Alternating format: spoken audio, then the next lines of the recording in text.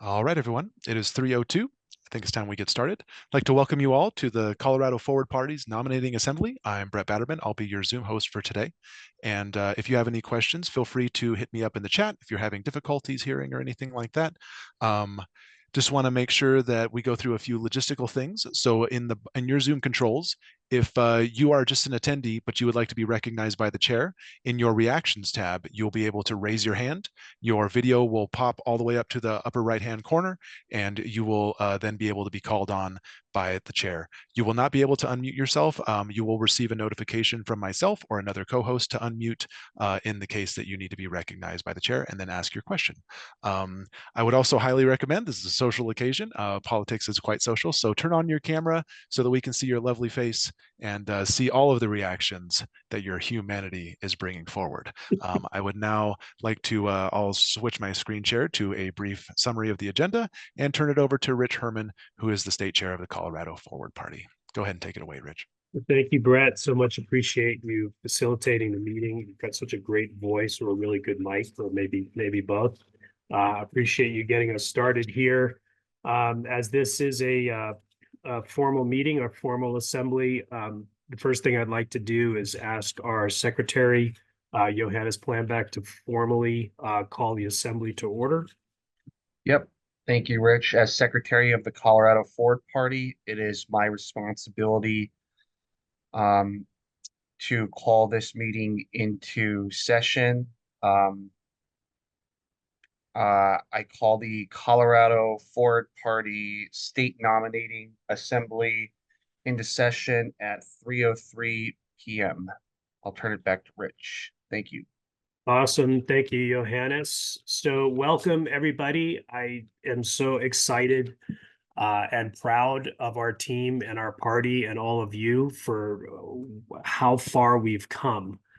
My name's Rich Herman. I'm the state chair. Currently, as many of you, or hopefully all of you know by now, we attained formal minor party status with the state of Colorado as the Colorado Forward Party only at the end of January. We had been working on that diligently to achieve that status for about the prior 18 months. We got status, and here we are, 10, 11 weeks later, holding our first nominating assembly and prepared to affirm and nominate our first candidates as the Colorado Forward Party, including State House, a county commissioner, and not only our first U.S. congressional candidate, but to our knowledge, the first and currently only U.S. congressional candidate in the country for Forward Party. So we have come a long way in a short amount of time. So at the risk of sounding like one of those acceptance speeches, I am going to thank some people because we didn't get here by accident. Some of these names will be familiar to some of you, some of them may not. Some of the people are here today, some of them are not, but I just want to call out some people regardless. First, it's a little bit chronological, but not precisely. But if you'll just bear with me, I'd like to thank especially Curtis Harrison and Josh Herr. They were basically two of our Colorado Forward Party founding members. They were the people that were interim state leads when I joined the party, I think in December of 22. So my involvement really only started kind of at the end of 2022. I'd like to thank both those guys. They put in countless hours. Josh is still super actively involved with us, and you may hear from him today, or if you don't, it's because he's busy making everything work in the background. Both of these young men were great mentors to me and helped me kind of get oriented when I came onto the party and really helped drive our efforts through late 2022 all the way through 2023. So hats off to them. A couple other names: Dennis Rita, Tiffany Brigner. Dennis was really our tireless events organizer. He was the person getting people to stand out in the cold last spring, getting signatures all over the state. Tiffany Brigner was the head of our communications group. She was doing a terrific job leading our comms effort and essentially our marketing efforts. We would not have been able to get the word out and get out to see people to the degree that we did if it wasn't for those two individuals. We've also had several people work as community organizers. We have several of them. You'll meet or hear from some of them today. I really want to call out one in particular, Wes Sawyer, who's been a champion for us in the El Paso County, Colorado Springs area, which we'll talk a little bit more about later, but that is where our congressional candidate is coming from. We've had several others who have been active. Lindsey Breyer is a community organizer for Teller County. He's been very active with community activism there. Wendy Petrie, who you'll hear more about in a second, has been active on the West Slope. So we've had a great little network of community organizers that have helped drive forward locally into the communities. I'd like to take the time to recognize and thank our current executive committee. I believe most of whom are on the call. I think maybe one was just not able to do it today because of kind of family crisis priorities.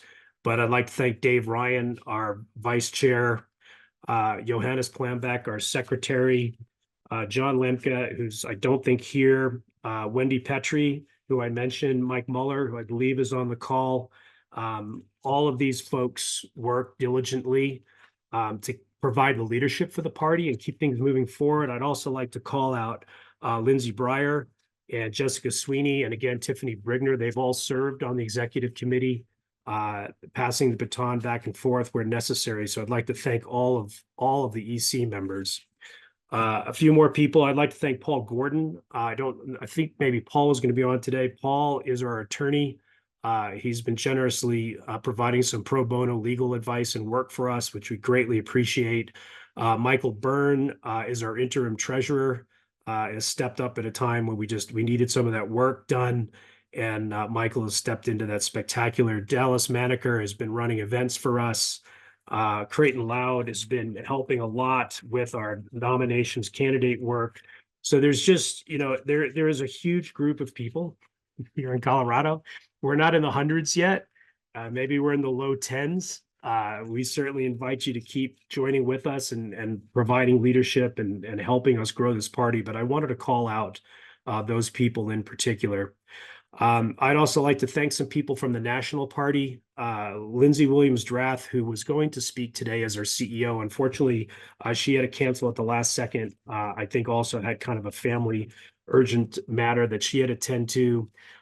You'll see a video in a second from one of our co-founders, Christine Todd Whitman, as well as a COO, Matt Shinners. Those three individuals in particular have been extraordinarily supportive and helpful, both in direct and also critical ways, frankly. Like, we're all learning this. Most of us on this call are political neophytes, just, concerned Americans wanting to make a difference. And we are relying on the mentorship and guidance from our national party, who have much more experience in politics. So I'm almost done with the initial thanks, but I'm going to call a few people more out. Some of the names are repeat, but it bears repeating. The reason we are on this call today, and in the future, we hope to have kind of a hybrid session where we can do things in person and also have it online. But with the timing of this assembly, we were forced to have this assembly, our right to nominate candidates as a minor party in the state. We have the right to nominate candidates through assembly, which is what we are doing today, but we have to do that in accordance with a calendar that is set by the Secretary of State's office. So when we achieved minor party status at the end of January, we had a very, very short amount of time to put together the meeting and actually have candidates to present to you as an assembly floor today. That would not have happened without the leadership of Lindsey Breyer, who really took the bull by the horns and really got us moving with a schedule and holding everybody's feet to the fire. Wendy Petrie, who I would think everybody on this call probably knows now. Wendy has done an unbelievable job of making sure that we have voting members, that you guys have all satisfied the requirements, those of you that are voting members today. Wendy has done all of that work. Dave Ryan and his team, I mentioned Creighton, as well as Wes, they've been doing the work on collecting the candidates, getting them to this meeting. Steve Pittman, who I call, he's the president of the AV Club, and more. Steve, together with our facilitator, Brett, have done an unbelievable job of getting this organized and having the AV together and having a Zoom meeting that we could all participate on. And then finally, I want to thank all of you. I don't know all of you. I know some of you. But we couldn't do this without you. I mean, we are building a party from ground up. We're thrilled to have you join us today on a Saturday afternoon. I'm sure there's a million other things we'd all like to be doing or are supposed to be doing on a Saturday afternoon. Whether today's your day off or today's your work day, you're here, which means you care. You care as much as we do about making a difference. So why are we here today? This is the exciting part. We, as the state party, together with the community organization, together with our national party, together with some independent consultants. In fact, we had one engaged last night who's a champion of independent voting in the country. We are more than pleased to present 3 candidates to the assembly floor today. These candidates, one of them is seeking a formal endorsement for county commissioner out in Delta County, District 3. We have another candidate. We'll introduce all these people shortly. We have another candidate running for State House 36. And then we also have a candidate running for U.S. Congress in El Paso County down in CD5. And so we're excited to bring these 3 candidates to the floor today. And what we are asking from this assembly is your vote of confidence, your vote of affirmation for these candidates. We, as your leadership team, we would not be putting these candidates in front of you if we didn't believe that they would be excellent representatives of the Forward Party. And so I'm asking us today to act as a state assembly. It may seem unusual that we all have the ability to affirm a candidate who's not necessarily in our own district.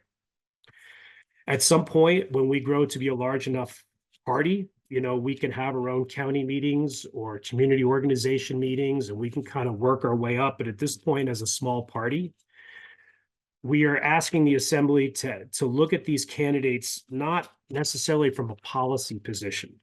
What we are asking this assembly is to look at these people the way we have, which is as people.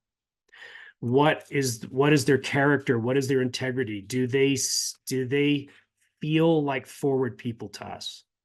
I know that for many of us, it may be difficult sometimes to disassociate policy position from a perception of character, but I'm going to ask all of us to do that today, not because we have people with extreme policy views, but because we are asking people to have input through affirmation on a candidate that may not be in your district. I'm asking you to think more about our candidates as people and how they can represent forward and help us grow as a party and grow as a political community together, as a political party as well as candidates. This is the experiment we're running as the Forward Party. If we can continue to attract and collect good, reasonable people from all parts of the political spectrum, but people that are willing to work together, people that are willing to be civil together, then we believe that we can create more candidates out of this community of people. So I ask you today to think, when it comes to the voting aspect of this, we're going to vote by affirmation today. I ask you to think about the candidates who you'll hear from later this afternoon and think about in that context. And so we are extremely proud, extremely happy to present all of you the opportunity to provide that affirmative vote. I would like all of us to be able to look back at some point down the road and say, like, we were there, like we were there at the beginning. This is the first meeting of the Colorado Forward Party as Colorado's newest minor party. With the dropout of no labels this week, we will be the first political party in the history of Colorado to attain minor party status through public petition, to have the capability to put people on the general election ballot. So this is a momentous occasion. It's a historic occasion. And my hope is that all of us will feel like we were part of something that started that certainly can change the face of Colorado politics, and by doing so, potentially the country's politics. So with that, I'm going to say, let's get the party started. See what I did there? And I'm going to ask Brett to turn on a video. I'm going to have a video from Curtis Harrison, who I mentioned earlier. I believe Curtis, he couldn't make it today, but he did record a video for us. I think he's going to give a little bit of the history of the party for those of you that aren't familiar with it. And so let's kick it off with Curtis. Please, Brett.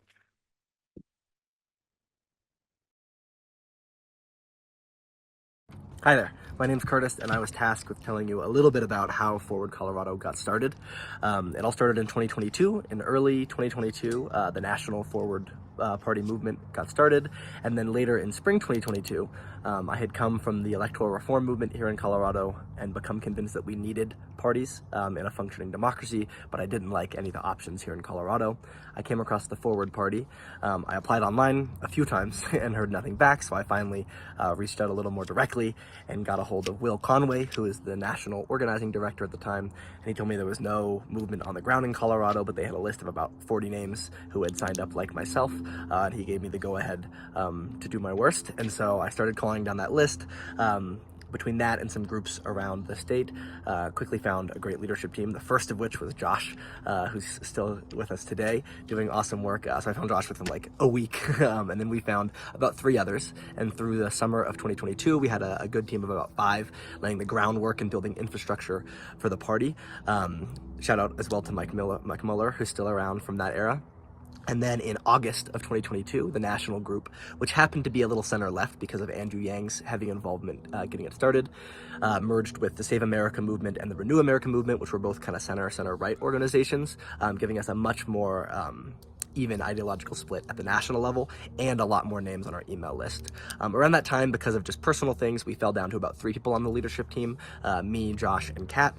And so going into the fall, we wanted to reach out to those members that were on our growing email list using the infrastructure we had laid all summer. So we did a 20 in-person events in 30 days campaign all across the state, just simple coffee meet and greets to see who we could meet. And that really started turning up some new leadership faces, and that's when our leadership team really started to take off and grow. And so at the end of 2022, we kicked off the petition because Dennis Reda had joined the team and taken on our petition effort. That petition had become a minor party. And then by early 2023, we had a leadership team of maybe a dozen state leaders, and we were starting to pick up local leaders as well all across the state, maybe a half dozen of those. And so things got really exciting. We just kept growing and growing while learning some painful lessons on the early stages of that petition. Lots of cold hours spent in parks trying to get our membership to come out, trying out events, trying out door-to-door, and just seeing what worked to get the most signatures possible while still growing our local and state leadership team. And then we came to about May of 2023, and it was time to have an executive committee election, and there were just so many great candidates that I thought it was time for a new crop of leaders to take over and take the party onto the next step, and they have done a fantastic job bringing us through this year and getting that petition submitted. And now bringing us to our first time to actually nominate real candidates for the ballot.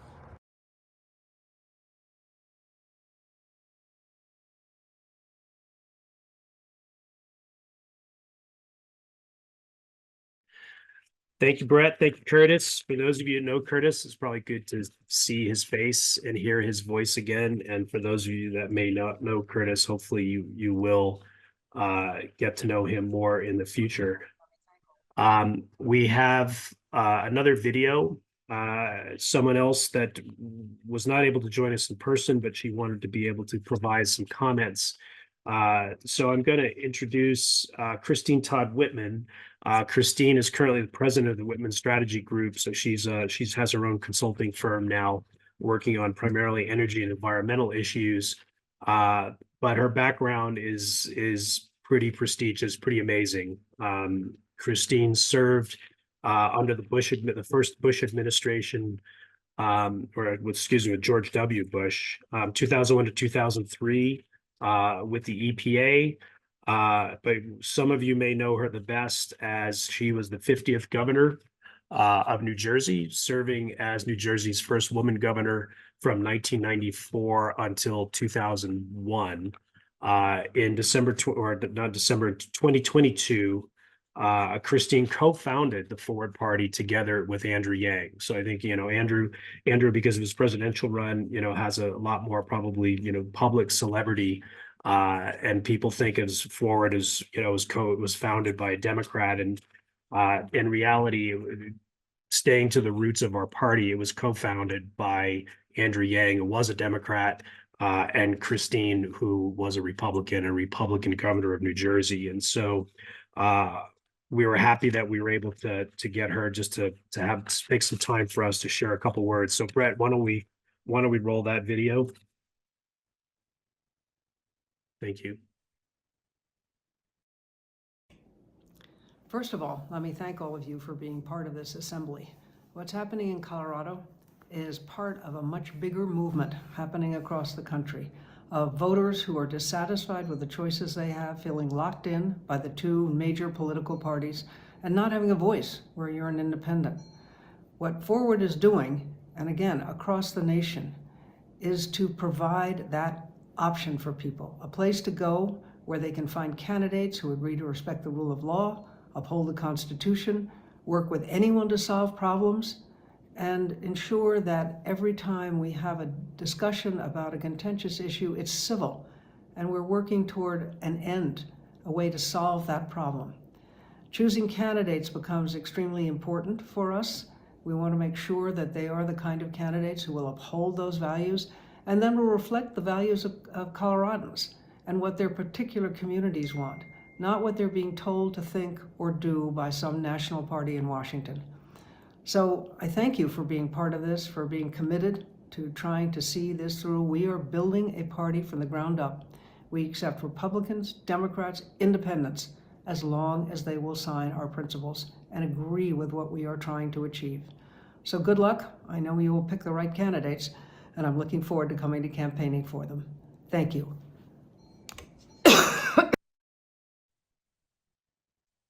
Thank you, Christine. Thank you, Brett. Hope no one caught that cough. Next, we have a very special guest today, and I think his presence is indicative of one of the things that makes us really distinctive as a party, which is, certainly as a political party, we are interested and determined to put forward candidates into races and on the ballot. But our overall values stress having civility in politics and putting people in office that are able to put their communities and their state and their country ahead of party. And that's a rare characteristic these days. And so when we find candidates in races that we aren't running someone in, and that person appears to be a Forwardist, we are happy and more than willing to endorse that person and work with those candidates, which I think makes us different than just about any other party out there. So I'm going to introduce Wendy Petrie, who, as I mentioned, many of you or most of you know, she's been helping get you guys all together. Wendy is a community organizer out on the West Slope. She's also an executive committee member. I'm going to give her the honor of introducing our next speaker. Wendy, if you're ready.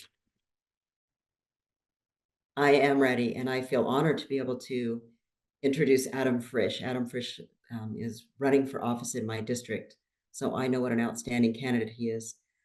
Those of you who aren't familiar with him, he stood up to run against Lauren Boebert because he could see that something needed to be done. And I know from watching his efforts over both the last cycle and now the beginning of this cycle, he and his family, this is their primary focus. And Adam was endorsed by Forward last year in the last campaign. I'm sure he'll be endorsed again this year. And he's come to talk about his experience with the Forward Party. Thanks, Wendy. Hopefully everybody can hear me. Honored to be back on here. Honored to be endorsed last time. Would love to earn that trust again. Last time it was certainly a big help. We lost by 550 votes, a little bit under, and the 538s of the world, the Democratic Party, the Republican Party thought we were going to lose by 40,000.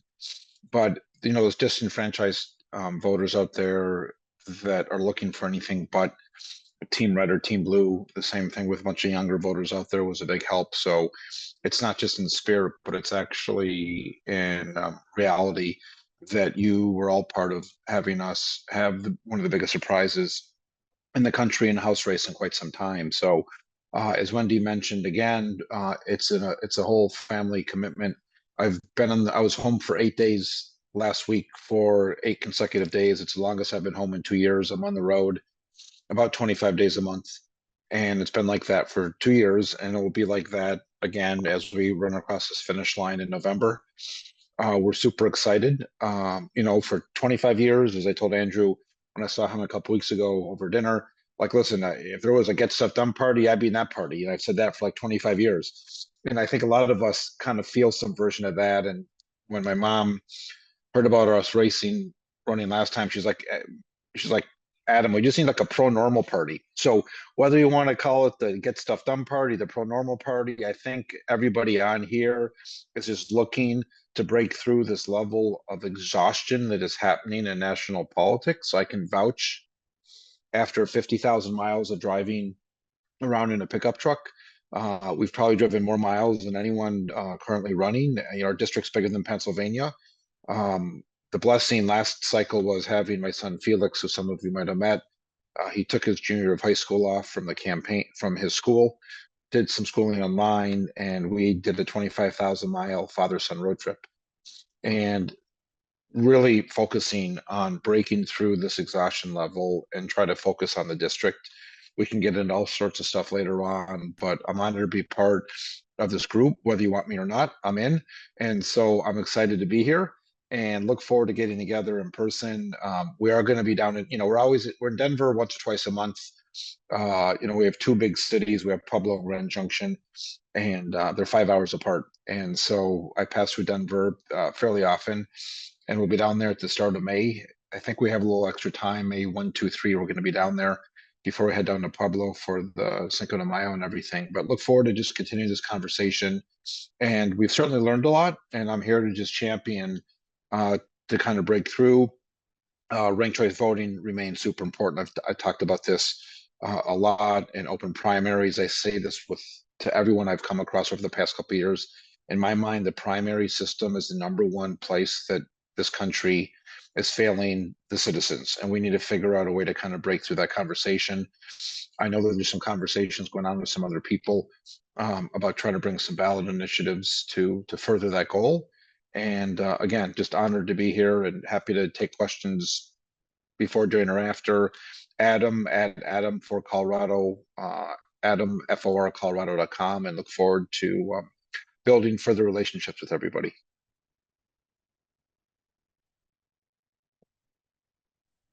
Awesome, Adam. Wendy, thank you. Adam, we're so happy to have you. I think Dave Ryan's going to talk about this a little bit later. Again, with the time constraints that we had around this assembly relative to actual nominations, we had to put this assembly together in order to get people hopefully advanced onto the ballot who will actually be running as forward party candidates. We had someone, as you'll meet Nico later, who was ready to ask for formal endorsement. I feel bad because it sounds like you're ready for it as well, but don't despair, because our plan is later in the summer. We will hold another assembly where we will do things like we will elect a new executive committee, we'll elect a new chair. But what I think one of the most exciting things about that assembly is we will be looking across the state and looking for races where we're not directly involved in as far as running a forward candidate. We'll be looking at races all over the state for candidates that we believe are consistent with our forward values, and looking for those candidates to accept, if they'll take it, our formal endorsement. So I think we'll certainly have more conversation later this summer. So we wish you the best of luck in the interim, and I think we'll probably formalize stuff in a couple months. Exactly. Here to support everywhere I can, and best of luck. Thank you all for the people that are on the call, the EC, other candidates that are looking to get on from either party. It's again, we're going forward. So thank you all very much. Thank you, Adam. I mentioned Dave Ryan. I'm gonna introduce Dave, who's going to introduce another guest speaker today, which I think again is also indicative of our willingness to work with candidates from other parties or independents. It's kind of a good, I think, kind of good omen, a sense of someone who represents kind of the nonpartisan political world. as a city mayor. As some of you know, we have representation with Jenny Arndt up in the city of Fort Collins. She's the mayor of Fort Collins. She declared herself a Ford Democrat last summer. So we've had some politicians who are in essentially nonpartisan offices, but who have expressed a willingness and a desire to be associated with Forward, again, more probably for our values than anything else, not necessarily a plank of policy position. So I'm going to introduce Dave Ryan, who's our vice chair. Give me the opportunity to thank Dave personally. Dave came on not too long after I did. Dave, unlike myself, or unlike most of us, actually has some experience in politics. He was active in the Republican Party in Arizona. Pause for disbelief. Dave, for many reasons, not only left the Republican Party in Arizona, but left Arizona to join us here in Colorado. Dave has been a huge mentor and friend to me personally. I couldn't ask for a better right-hand man. So I'm going to give him the honor of introducing our next speaker, Dave, if you are ready to do so. Yep, I think, can you hear me okay?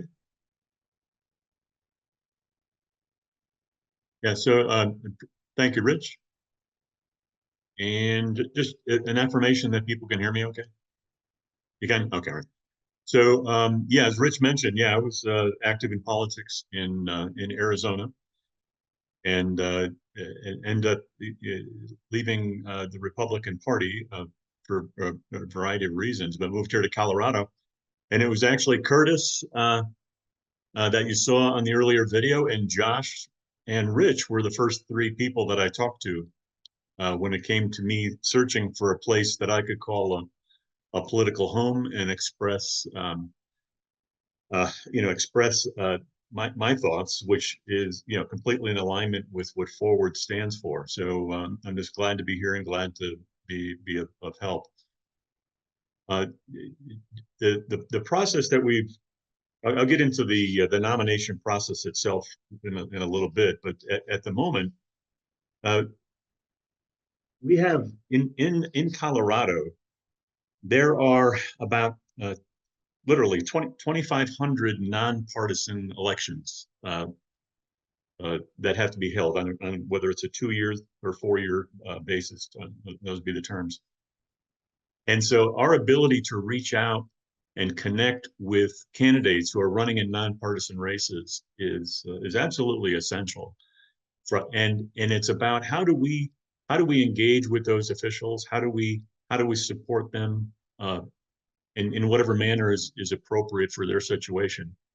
And that's something that, as Rich mentioned, we're going to have some additional sessions going into the summer to talk about this.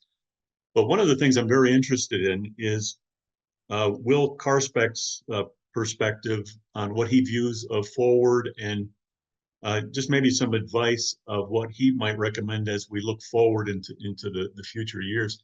Will is, I'm going to have him speak about himself, but I just want to mention a few things. So Will resides grew up in the Berthoud area, but it represents a mayor who lives in one of the fastest growing portions of Colorado. El Paso and then the Northern Front Range are projected to be, and continue to be projected as some of the fastest growing communities in the state. And with that goes a whole host of issues. And so Forward wants to be part of that, solutions oriented. We've got people on our team that we believe can help with the dialogue, or at least support people who put community first. And Will's, I'll say, his growing up and his recent reelection as mayor, and the way he helps Berthoud move forward, I think just kind of exemplifies the kind of people that we're looking to associate with. And so, Will, I hope I didn't put too much of a rose on this, but I really admire what you've done in Berthoud, and just like to turn this over to you. Oh, thank you very much, Dave, and thank you all for having me. I have more of a prepared speech here, but would love to answer any questions you guys might have now or down the road. But this is such a fantastic organization, and congratulations. I think this is proof, all the people here today, of all the hard work you guys have done. So again, my name is Will Karspeck. I'm the mayor of the town of Berthoud, and it's been inspiring to watch this organization come together in such a short amount of time. And it is with great honor and excitement that I'm before you today at the Colorado Forward Party State Nominating Assembly. I was originally referred to this party by Fort Collins Mayor Jenny Arndt and continue with the support of Dave Ryan. This gathering symbolizes not only the unity as a political force, but also the unwavering commitment to the progress and prosperity that Forward has to our beloved state of Colorado. As we convene here, we are reminded of the core principles that bind us together as members and affiliates of the Colorado Forward Party. Ours is a vision of innovation and integrity. We believe in a future where every Coloradoan has the opportunity to thrive, regardless of their background or circumstance. We champion policies that promote economic growth, social justice, environmental sustainability, and above all, we uphold the values of honesty, transparency, and accountability in governance. In these challenging times marked by uncertainty and division, the role of the Colorado Forward Party has never been more crucial. We are the voice of reason in a cacophony of discord. We are the architects of solutions in a landscape plagued by partisanship and problems. And we are the torchbearers of hope in a world overshadowed by cynicism. Forward is a place where all are welcome, whether you are a Republican, a Democrat, or an independent. But let us not dwell solely on the challenges we face. Instead, let us focus on the boundless opportunities that lie ahead. Our state is blessed with natural beauty, a vibrant economy, and a diverse population. Yet there is still so much more we can achieve together. In the realm of education, we can strive to ensure that every child receives a world-class education, equipping them with the skills and knowledge they need to succeed in the 21st century. In the realm of healthcare, we can work towards a system that is accessible, affordable, equitable for all Coloradoans, regardless of their income or pre-existing conditions. In the realm of environmental stewardship, we can continue to take bold action to combat climate change, protect our precious natural resources, and transition to a clean energy future. And in the realm of justice, social justice, we must continue to dismantle barriers to opportunity and foster a society where justice and equality reign supreme. These are not mere aspirations, they are imperatives. And you may have other ideas and imperatives as well, primarily the importance of ranked choice voting and open primaries. After all of this, party strength is not being left or right. As members and affiliates of the Colorado Forward Party, it is our duty to try our best to turn these ideals into reality. But let us also remember that change does not happen overnight. It requires persistence, perseverance, and above all, unity of purpose. So let's rededicate ourselves to the noble cause we serve, and let us march forward together with unwavering determination and unwavering hope. Together, we can build a brighter future for Colorado. Together, we can forge a path towards progress and prosperity. And together, we can ensure that the promise of our great state shines brighter than ever before. Thank you. Thank you for all that you've created here, and let us continue to move Colorado forward. And finally, thank you, Dave, and thank you to the group for the opportunity to address you all. Again, I'm open to any questions of it. I think That's great. Expired That's my great. time. Well, yeah. So Yeah, I think we've got some time set aside for the audience to ask questions, and yeah, really appreciate your remarks, Will. I appreciate it a lot. Yeah, no thank you, problem. My Will. pleasure. Thank you, Will. Awesome. And so I think Adam is still online, Rich, and so maybe if anybody wants to ask questions of either Will or Adam. Please raise Yes. I think what Brett asked is to please try to raise your hand virtually. If that's not working, you could maybe throw something in the chat that says, I'd like to ask a question. I've seen a bunch of people, including myself, applauding, which is good. So it means you found the reaction button. If anyone has any questions, if you could raise your hand, we can kind of recognize you and get you unmuted. And for other folks from the EC, if you see somebody that I'm missing, please help bring it to my attention. And if there are no questions, Dave Ryan has a question. Yeah, actually, a question for Adam. Adam, I mean, from a forward party perspective, I mean, you're going to be running as a Democrat in the general election. What is any things that come to mind of how we can be supporting your efforts in CD3? Hey guys, am I there? Okay. Yeah, gotcha. I think I heard the question. You know, listen, I think right now we're focused on kind of just raising this darn money, but Yeah. eventually, and we're putting together the conversation now. We had a Republicans for Fresh website last time. We'll probably have that. We got to figure out, it's kind of a bigger conversation thinking about it, is how does the forward party help affiliated candidates, kind of tangentially or directly about it. And at the end of the day, listen, the money is only a task, and that's to get to the votes, and the votes is what the goal is. Right. And so we'll have time to figure out how to kind of try to get those people that are frustrated involved in different stuff. And so it's probably a longer conversation about how to help us candidates that have some type of a party affiliation. But I've made it very clear, and I've said it like literally in the White House. I've told the most senior leadership in the Democratic Party, like, I'm not on Team Red, I'm not in Team Blue, I'm on Team CD3, and they appreciate that. You know, our district is 22% registered Democrat, of which it's 32% Republican, and as I was for 20 years, 45% independent. And so I think a lot of people understand the way I end up winning is by truly building this pro-normal coalition, and we will continue to do that. And so putting aside the money stuff, which is not unimportant, but at the end of the day, it's about grabbing the votes, and we'll continue to work on that. Okay, appreciate And it. I'd love to have a longer conversation about the organizational aspect, and we can kind of go on from there, but we'll need the help. And so we appreciate that. Okay. Awesome. Brett, the chair recognizes Wes Sawyer for the question. Okay, Wes, just there you go. Hey, thank you very much.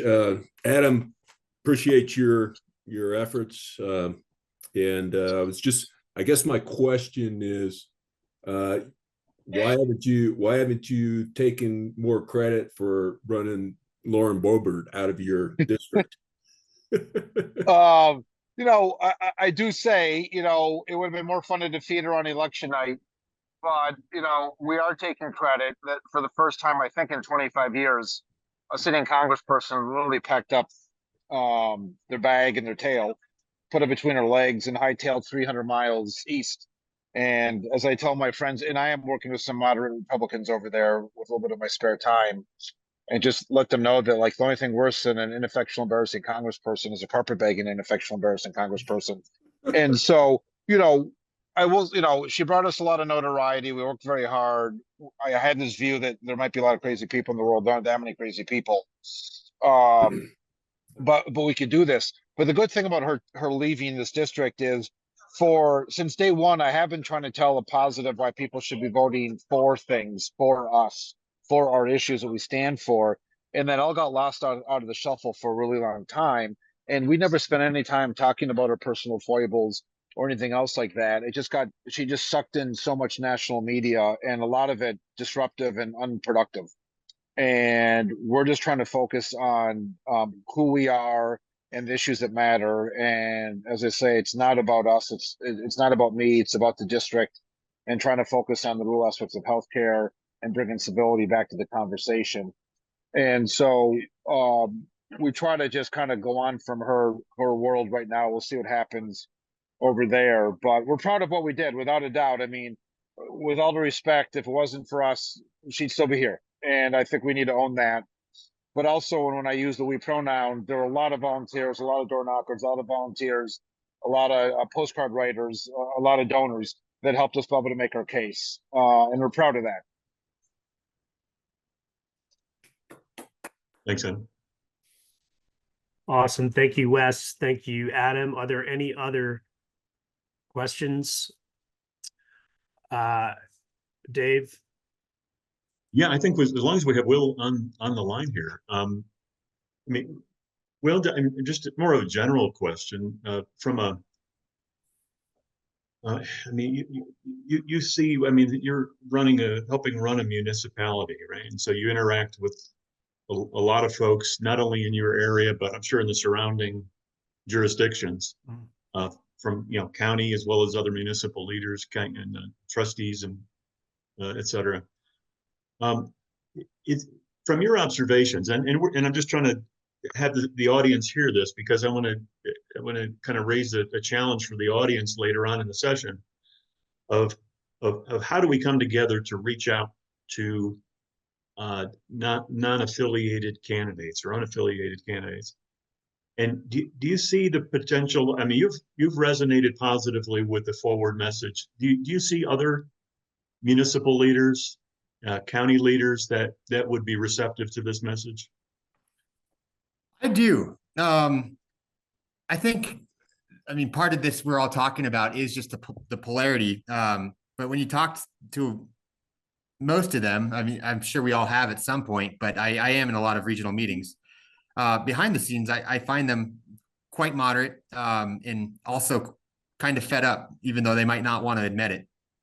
So I think there's very much room. It's just getting more exposure out there. I think showing this group getting larger and larger, making these introductions to other council members, other trustees, other commissioners, mayors, and mayors pro tems, and showing them this growing movement, I do think it'd be positively received.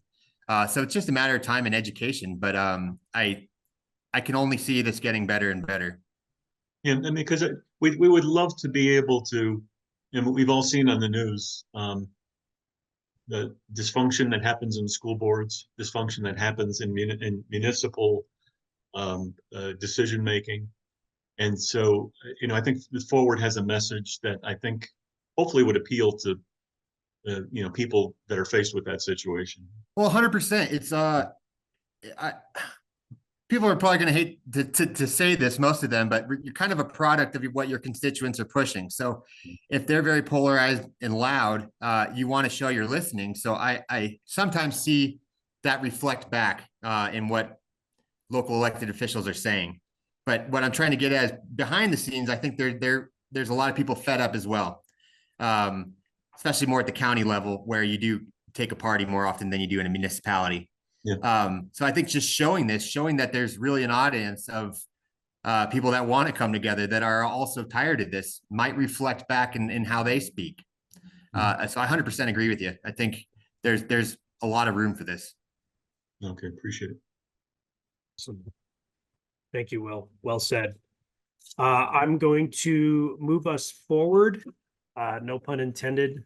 It actually wasn't, but I guess it kind of works, and get to an even more fun part of why we are all gathered here today. I'm going to turn it back briefly in a brief second back to Dave Ryan, who's as the head of our nominations subcommittee, is going to take us through the candidate introductions, and you'll get to hear from them. Before we do that, we just have kind of a perfunctory requirement. I am going to ask our secretary, Johannes Plembeck, do we have quorum as required per our bylaws to proceed with a voting session? Thanks, Rich. Upon verification with 26 registered and verified voters, we require 7 members to meet our quorum. I can confirm that 24 members are present, constituting a quorum of 92% and allowing us to proceed. I'll turn it back to you, Rich. Thank you, Johannes. You guys rock. Fantastic. All right, Dave, I'm going to hand it back over to you. I don't know whether you want to ask Josh to be open. You're going to speak to the voting process, and I guess we can let Josh start to do his thing. But why don't you take people through how this is going to work, and then let's get to our candidates. Okay, awesome. Yeah, so the next step here is, as Rich mentioned, I'll be introducing our 3 candidates, but I did want to provide a little bit of a context of how the next 30 minutes, 40 minutes is going to go. Josh is not only one of our original founders, he is also our IT guy, right? So he makes a lot of things work for us in our different systems, and he has a voting system that is used frequently in other instances, in other locations.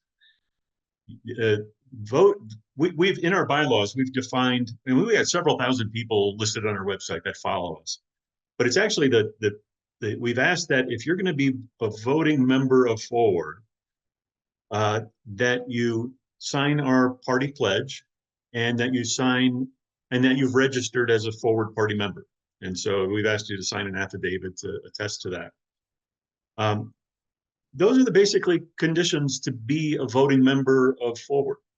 And we believe that's important because the pledge that we ask our candidates to take and our members is really identifying you, the people that sign up, as I want to belong to a political home of people that are willing to work together. We have different perspectives, but through grace, tolerance, and grace and tolerance is that we agree to work together to solve problems in our cities and in our state. And you know, if we're successful with our congressional representatives, it contributing to a moderation of extremism and dialogue at the national level. So this pledge of willing to work together, grace and tolerance, ethics and integrity at the core of the candidates that we endorse or that run as Forward Party members. And then as a basic condition, even though we don't want extreme views, right? So political violence as a solution, that's not a good idea. You know, the extreme views are not really welcome in this party, but we are looking for a diversity of views because we all care about our community, we all care about our state. But as Adam Frisch mentioned, we have, and many people have come to the conclusion that even though our electoral system as a country over the last 240 years has changed, it has morphed over time, but in the last 40 years, it really hasn't changed, right? And if you think about all the money that floods into the system nowadays, right? All the cable channel media wars and the social media, it's really created a dynamic that is not healthy for our country. And so as a foundational part of an endorsement or running as a Forward candidate, we believe in electoral reform. Is open primary, ranked choice voting, foundational to creating greater civility where a candidate has to appeal to a broader audience. Okay, so with that said, just a little statistic. So there are 2,500 elected roles at the municipal and school board level in Colorado. There's another 400 partisan elections, 100 at the legislature, 300 or so at the county level, a handful at the statewide level. And it's these elections we want to be play a role in those, and it's going to take a larger party, a larger Forward party to help do that. So as a start, we're getting our feet on the ground. We have through our nomination process, we have we're putting forward what I believe are 3 excellent candidates. Political experience was not a necessity, but knowledge of the role that they seek, knowledge of their community, knowledge of the people that they are going to represent, and the stakeholders that they align with are all critical parts in determining who we put forward for you. And as Christopher found, it can also lead for key races. We are partners with our national team, the National Forward Party, and it can lead to all 3 candidates actually went through this opposition research at the national level, which can be kind of uncomfortable, right? If you put a tweet out there 20 years ago, if Twitter existed then. Okay, so you know, the opposition research, we put our candidates through a lot, and they respond in just a wonderful fashion, and so we bring these 3 folks for you. So there are the candidates. Nico Wolf, we're going to have go first in terms of talking for about 5 minutes. We'll have a couple minutes or flexible on the time, but time for Q&A. We're going to have Eric Mulder running for House District 36 in Northeast Denver Metro. And then we've got Christopher Sweat, who is going to be running. We're putting him forward for nomination for Congressional District 5. And I'm going to have each of those folks talk about themselves, why they're running, and then we'll have time for Q&A afterwards. And so, Nico, I'm going to ask you to go first. Just you know, let me preface it by Nico is I think and I'll have you speak to this, Nico, but I think he likes what he sees in Forward, but in his district, he feels running as an independent is important from him, but he wants our endorsement. So I'd like him to kind of, Nico, if you'd kind of speak up and tell us about your story. And Yes, sir, Dave. Thank you so much for letting me be here today. Yeah, like you said, I really do like what Ford's about, and I'm running here for Delta County Commissioner District 3. And what happened was I did make my announcement as an unaffiliated candidate before I even learned about the Ford Party's existence. So, and part of my campaign is the things that are important to me transcend party lines. So that's why I'm remaining unaffiliated, is just that I put that out there so much beforehand. But once I started learning about Forward Party, I realized that you guys are folks I'd like to be associated with in one way or another. I'm about moderation. I've seen too much extremism, especially on the federal level. And here on the local level, the extremism that we see is more not so much partisan, but just that the Republicans have become the good old boy club and dominate county government. I guess Adam was saying, the breakdown of the parties in the state is very similar here. In Delta County, we have 9,000 registered independents, 9,000 registered Republicans, and only 3,000 registered Democrats.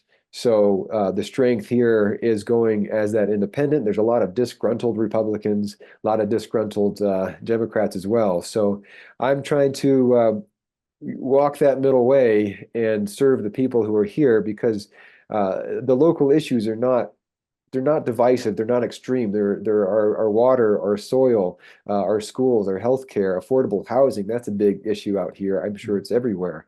I'm stepping up to serve the people. A little bit about why I'm actually running. I know a lot of folks won't quite understand the gravity of it, but Delta County is one of the few counties left that has no building codes. And until recently, we had no land use code either. The county government had snuck it in, basically. They were very disingenuous in their way of putting it out there. They did not notify the public properly. They put a land use code out here, and suddenly we have things that we can be violated and things we can be punished for. So several of us stood up about a year and a half ago and said, we don't want this. Let's start over. Let's do better. And it's been a year and a half of running into a brick wall, basically. For 1 year, they pretended to listen.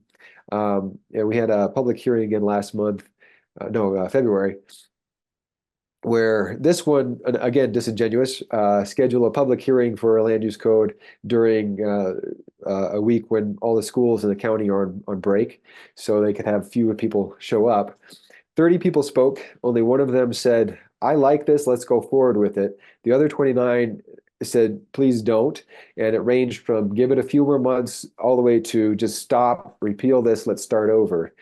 And at the end of that hearing, it was clear the commissioners had already decided beforehand what they were going to do. They voted to pass that and enact that. And so I'm a representative of a rabble-rousing group who has stood up in this little minor rebellion to get the people's voice back in the county. And I don't do this for myself. I do this for all the folks that I've been fighting for. And last year, I was kind of nominated as the spokesperson for the group. It's called Alliance for Land Liberty. And this is the culmination. Running for office now is a culmination of the fight we've been fighting. Because after that last hearing, it's become very clear that the only way to change this land use code is to change the people who are in charge of it. So I'm running to serve the people, to put a voice of the people back in local office. A lot of times when I see local government here, it's having government for the sake of government. And we are a statutory county, so yes, we have to do what comes out of Denver, but there's more wiggle room here than I think, and the we need to hear, our county government needs to be representative of the will of the people of the county and not just the folks who have the power right now. And so a couple of the things, though, I really like about the Forward Party, I probably just said them, was the moderation, rejecting extremism, and serving the people that we represent, and rather than a party. So that's in a nutshell. Okay, well, thank you, Nico. That was excellent. I think, we're gonna, if anybody has any questions, please raise your hand. Rich asked me to, and I skipped my mind here, but Josh is going to be sending out an email if he hasn't already. Before send it out any moment now, where people who have are voters will receive an email, and you'll have each of the candidates listed in that email, and we'll address that in a few minutes. But I wanted to make sure that you're able to look for your email as over the next 20 minutes while we're still talking. So if there's any questions for Nico, please raise your hand.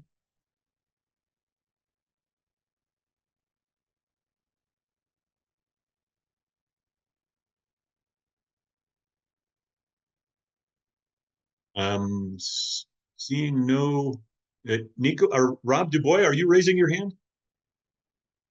No? Okay. Okay. Shaking his hands. It's okay. All right. I just want to make sure. Okay. If no questions, if it comes to mind in the next 20, 30 minutes, feel free to ask Nico a question or two. So our next just before we go to Eric, just briefly, I want to just mention something quickly about this voting process. I don't want to get too wonky on parliamentary process and procedure, but this is an interesting case where we have three candidates who are running unopposed, each for their office. So the next two candidates are actually seeking nominations to run as forward candidates. So forward will appear on the general election ballot next to their names. Procedurally, by our bylaws and by kind of Robert's rules type guidance, we had the ability to basically just not have a vote, really. We can vote by what's called acclamation, because in the case of this assembly, there's only one candidate running for the office.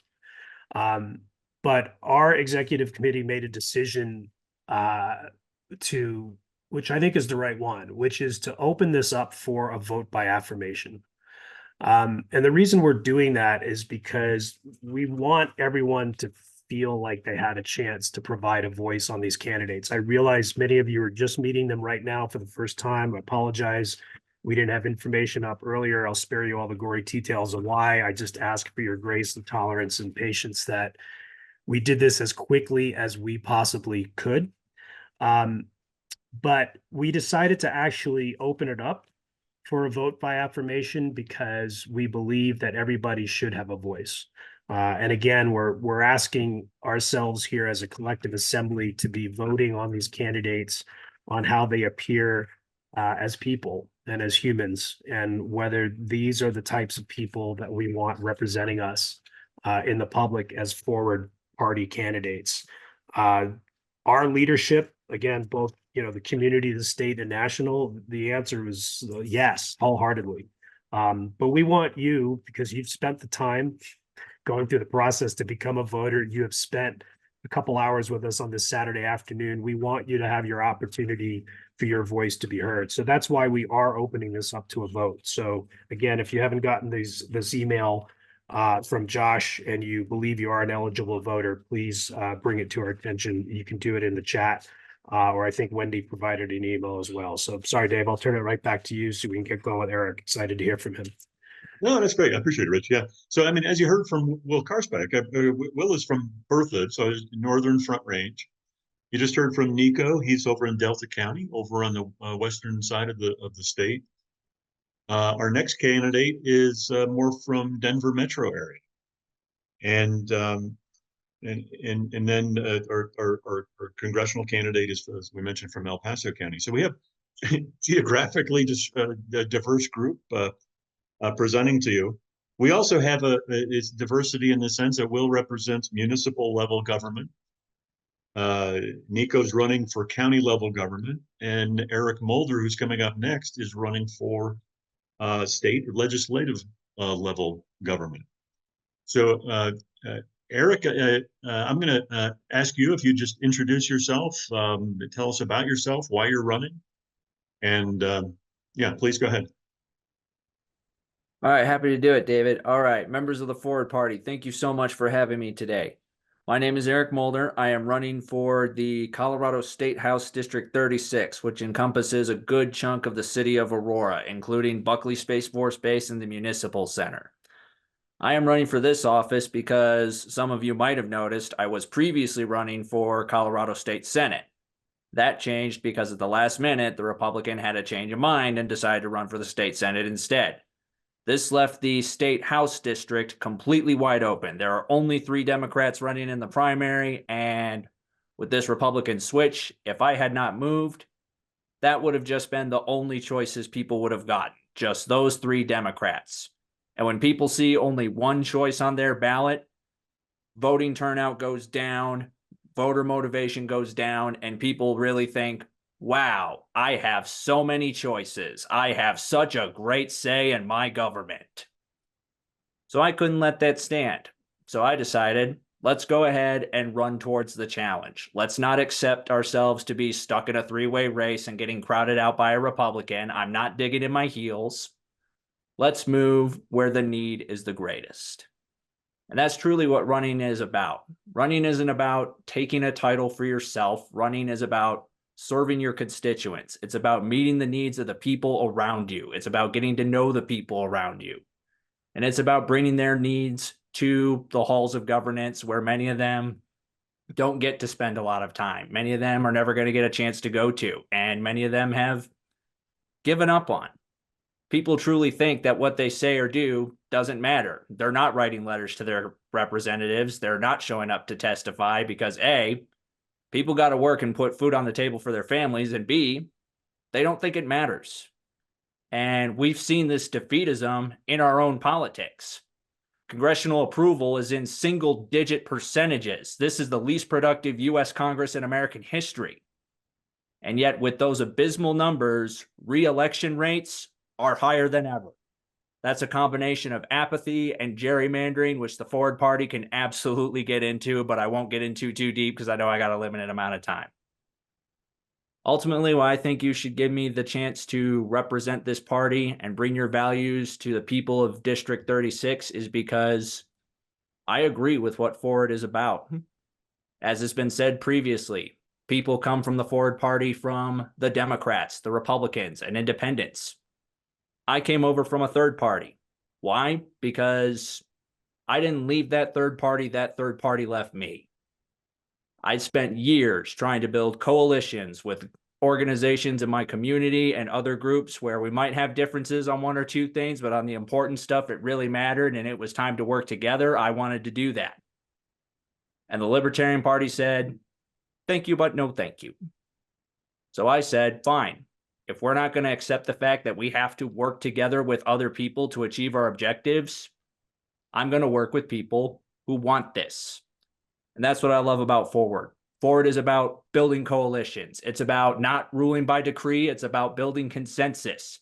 It is about ultimately realizing that, hey, after the dust settles and this election is over, we're still going to have to see each other tomorrow. We're still part of the same community, and this is still our democracy. This is still our home.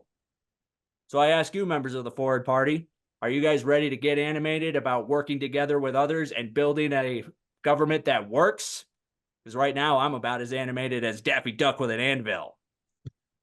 I am ready to serve. I am looking forward to your vote. And the most important thing about serving is you can't serve by sticking things in your own pocket or going backwards. You can only serve going forwards. Thank you. Wow. Well done, Eric. Thank you. That was, I like that closing line. We might have to adopt it. It's yours. Take it. Okay. We have some time for questions for Eric. Love your passion, Eric. I know you're going to do well up in that district, in that campaign, and we'll be there to support you. Let's see.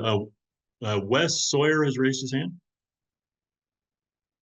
Chair recognizes Wes. Thank you, Rich. Yeah, so Eric, great. Welcome aboard. We're excited about you. One of the issues that you have out there is they're talking about moving the National Guard unit to Space Force. Have you been following that particular issue? I've been following it a little bit. I'm a United States Army veteran, and Buckley Space Force Base is right in my backyard. I'm literally right behind it. I'm firmly of the mind that it's important that the National Guard sticks to its original roots, which is serving at the direction of the state, responding to state emergencies. Now, because of the way it's structured at the federal government, they're sometimes called up to active service in order to serve in times of war. But ultimately, I think we need to make sure that our National Guard stays the way it needs to stay. And it sounds like they have not gotten any buy-in from the governor, and that's the commander-in-chief of our state National Guard. So when the Department of Defense makes a decision, they need to get buy-in from the stakeholders, which in this case, the ultimate stakeholder is the governor, the commander-in-chief of our National Guard. Yeah, so he has rolled in and formally written the Department of Defense opposing that move. So that's an opportunity for you to work with somebody in another party on an issue that affects your community there. So Absolutely. looking forward to helping you out with that. Mm-hmm.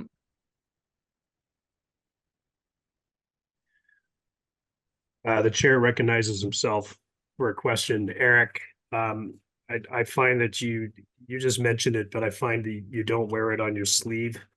But you are an Afghanistan veteran.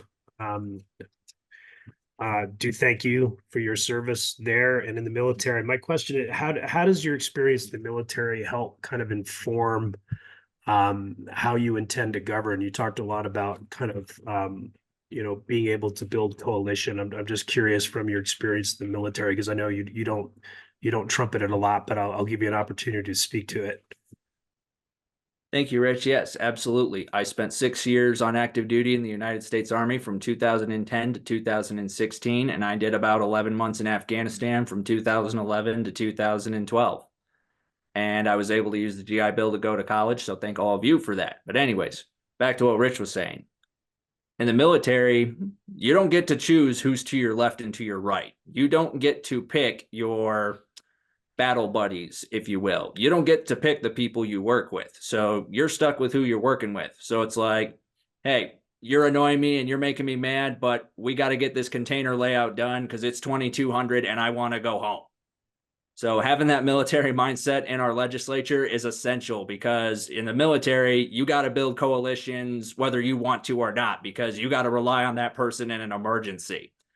So I would absolutely love to carry that mindset with me into the state legislature. I worked with people in the military from all political spectrums and apolitical spectrums. So having that perspective of having to work with people from all over the country and all walks of life, I think is going to serve me very well in the state legislature.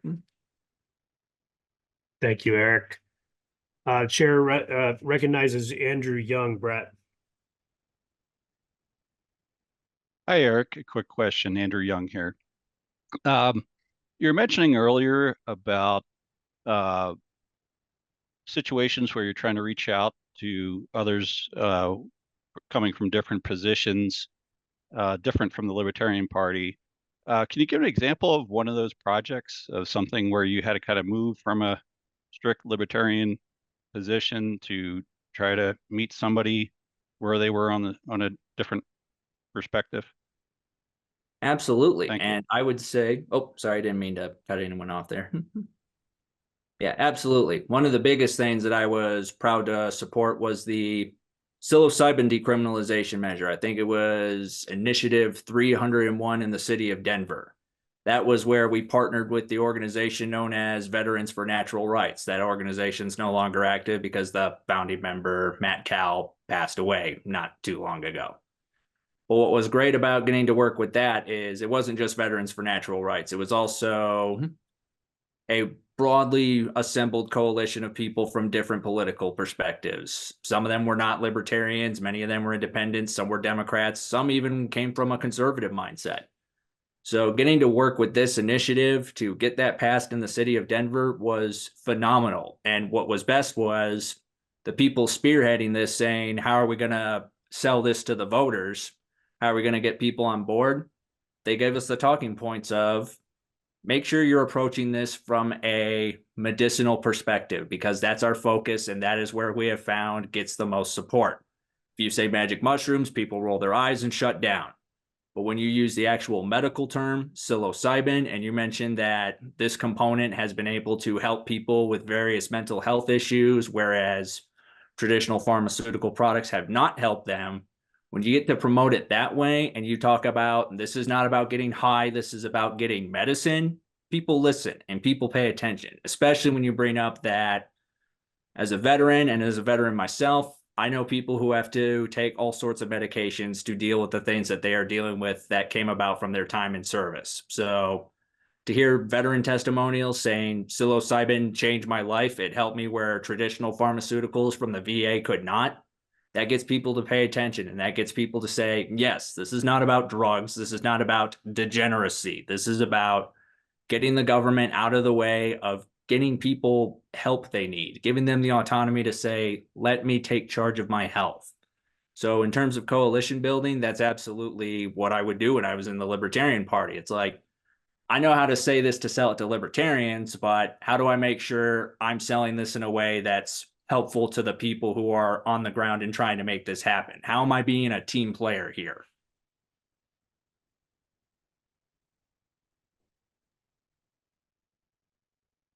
Awesome. Thank you, Eric. Just keeping our eye on the time. Eric, thank you so much for your comments. Andrew, thank you for your question. Dave, I'm going to turn it back to you to keep things moving. People should be getting their ballots. Feel free to vote along the way if you wish, or after our next and last candidate speaks. We'll try to take a short break if people want to kind of focus on getting their votes in at that point. So Dave, I'll hand it back to you to introduce Christopher. All right, thanks, Rich. Yeah, our next nominee or candidate to be nominated is Christopher Sweat, and I found Christopher to be a very refreshing person to talk to in many respects. And if you'll notice, each of our three candidates, and guys, I don't know your ages specifically, Christopher, I may have a better sense of it, but this represents a younger generation of folks. And that's what brought me to Forward, right? Rich, I mean, Rich is closer to my age. I'm quite a bit older than Rich, but it was Josh and Curtis, these young folks that were coming forward and saying, we need to have a voice in terms of how to affecting policy. And so I just absolutely love the three candidates that are coming forward here with their relative youth and energy and passion for wanting to make a difference in our world. And so I just like to ask Christopher Sweat to introduce himself, to give a little bit of his background, why he's running. And yeah, Christopher, why don't you just take it over here? Yeah, this has been an awesome session, and I hope to become a peer of yours, Nico. And Eric, you got me fired up, so I'm excited for your campaign. That's what's up. Actually, it's been an incredible process getting to know everyone in the Forward Party. And so there's been a lot of hype and anticipation.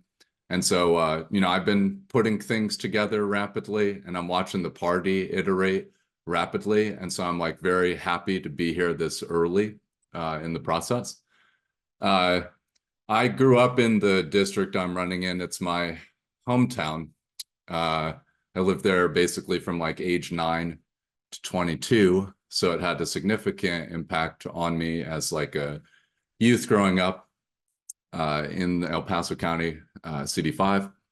But I have a kind of interesting background. I don't have conventional political experience. In fact, I'm a technologist. I've run some Colorado-based businesses, so I'm a sort of entrepreneur, a caretaker. I'm also still an active student at the University of Colorado Boulder. I have like 6 classes left to finish a political science degree. But I grew up in a family where it was very common, especially in Colorado Springs, to talk about politics and religion and to pay attention to what was happening in the world. I'm thankful for our military vets. I didn't serve, even though I've got a security company and I've got some ambitions to build some technologies that help veterans. But, you know, growing up around military culture and religious culture, you know, I just found it important to kind of understand what's happening in the world because I got to see the cost of war. Some of my family did serve in the Air Force. So I came from humble beginnings. I didn't do good in school, but I was great with computers. And my first job, I was a tour guide in the district at Cave of the Winds. People say I have a nice voice. But, you know, so I'm seriously, I'm one of the frustrated people in the room, right? One of the things I'm frustrated with is that both parties are using fear-based politics, fear-based rhetoric, and that's demoralizing in a lot of ways. And I can't imagine that we would have productive political institutions and that we could encourage broader participation in the system if everyone is scared. So one thing I want to do for my friends and family and hopefully potential supporters in CD5, with the support of the Forward Party, if I get that today, is take the fear and move it back towards hope, because we definitely got to move forward, like everyone's been saying today, and we're all still breathing. So I think, you know, I want to bring some constructive, critical discourse back into the political conversation. I think it's embarrassing that we're the wealthiest nation on the planet still, and still one of the most powerful countries in the world still. And we can't pass an annual budget. And about 60% of the House is lawyers, and the lawyer's professional services job. So that's all they do is push papers around and approve processes. So it's frightening to see that we can't pass an annual budget. You know, one of the parties has control of the House, but they keep treating the speaker. Like, that kind of discord makes me feel uncomfortable for the future. Makes me feel like the political representatives that are currently in the House, you know, are definitely not representing me, my friends, my family. You know, especially just considering like the cost of housing, inflation. I have $40,000 of school debt, and I got scholarships from the University of Colorado. I'm a first-gen university student. 80% of my district is in the same position as me. They don't have a college degree. It's a lot harder to enter the labor market or to be successful with these changes that are happening around artificial intelligence. And then, you know, you've got all this new money that is being spent on kind of entrepreneurship, but we have all this incredible untapped potential. We have so much talent in CD5, not just our military veterans, but the young people, whether it's rural or more in the suburbs or wherever people are at in the city. It's just a lot of untapped talent. So I want to take my kind of connections, my technology knowledge, and my desire to run for office and kind of practice what I preach. I thought it was awesome that the Forward Party has a sort of open platform, you know, where I fully endorse electoral reform and open primaries. I'm still running as a common guy. I'm not a wealthy business person. So there's high cost to entry, especially for a federal race. And it's, you know, it's kind of frustrating that the two parties are working in a sort of duopolistic way where they're making it hard for like everyday people like myself or everyone else on this call to stand up and represent our people. So I'm hoping I can start a new wave in the community And also get the Gen Z involved, get the millennials to check back in, and give some other options to our friends and family, our boomers, my parents, you know. So yeah, I would hope to secure your guys' support, and I'm very glad that the party has this vetting process and is also looking for a consensus before putting a candidate on the ballot. And just one last thing, I did wait to file to go through this process because I'm not going to run with another party. So if you guys don't nominate me, you know, I'll obviously try to seek that again in a couple of years.